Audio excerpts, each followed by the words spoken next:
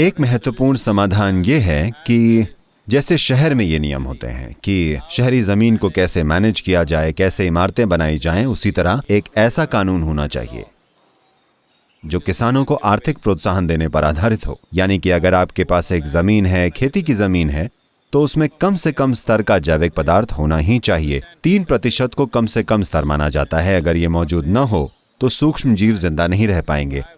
अगर सूक्ष्म जीव जिंदा नहीं रहते तो इस धरती पर जीवन भी जिंदा नहीं रह पाएगा।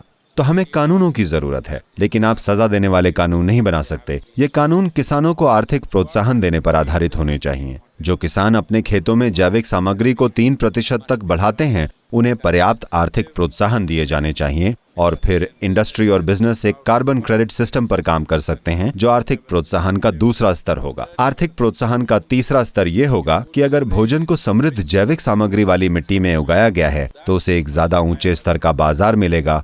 That will create better nutrients for the people and better health and उससे लोगों को बेहतर पोषण मिलेगा, बेहतर सेहत मिलेगी और वे बीमारियों से दूर रहेंगे और देश को अन्य दूसरे भी लाभ होंगे, क्योंकि लोग सेहतमंद और खुश होंगे जो ज्यादा क्रिएटिव और प्रोडक्टिव होंगे। तो आर्थिक प्रोत्साहन के इन 3 स्तरों को हमें COP15 में सामने लाना होगा और ये पक्का करना होगा कि ये केवल कोडिवर का हिस्सा न बने बल्कि पूरी दुनिया का हिस्सा बने, ताकि किसानों को ये 3 फायदे मिलें। और एक बड़ी समस्या ये भी है कि आज बहुत सारे लोग खेती में नहीं जा रहे हैं क्योंकि इसमें ज्यादा कमाई नहीं रही।